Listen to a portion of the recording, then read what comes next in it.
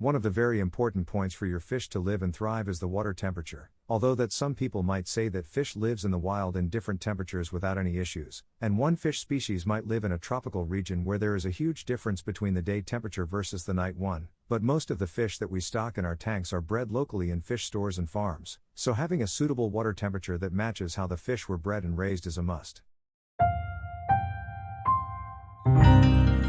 The most suitable temperature for most of the fish is in the range of 25 degrees Celsius or 77 degrees Fahrenheit, but some fish might require temperatures colder than this and others might require much warmer temperatures, so the step to check which temperature is suitable for your fish should be done prior for buying the fish themselves. In case of community tanks, you also need to make sure that the fish you are going to stock are compatible with each other with respect to the water temperature. You don't want to keep fish that like cold water together with other fish that like warm or hot water.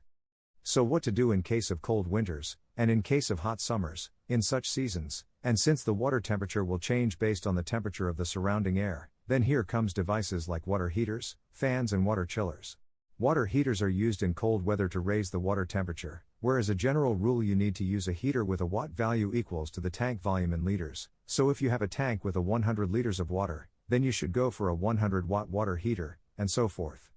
Almost all modern water heaters come with a thermostat that checks the water temperature and switches off the heater once the temperature reaches the desired level.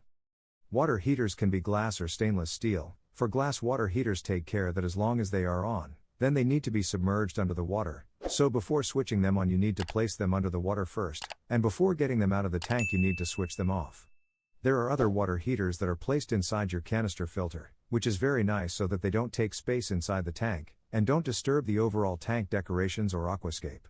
There are also some water heaters that are placed on the water hose, whether the inlet or the outlet between your tank and the canister filter. To cool down the water temperature, you can always go for a fan or a set of fans that are made specifically for aquarium tanks like the ones in the picture, or you can go for a water chiller like this one.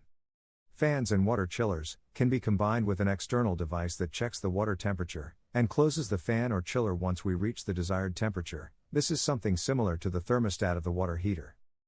Of course, if you have a central heating cooling unit in the room that contains the aquarium tanks, then you don't need to keep separate heaters, fans or chillers for each tank. The central device that you have can do the trick without any issues by keeping the whole room temperature at a certain level. Please like, subscribe and ring the small bell for the notifications, and while you are here check out these videos.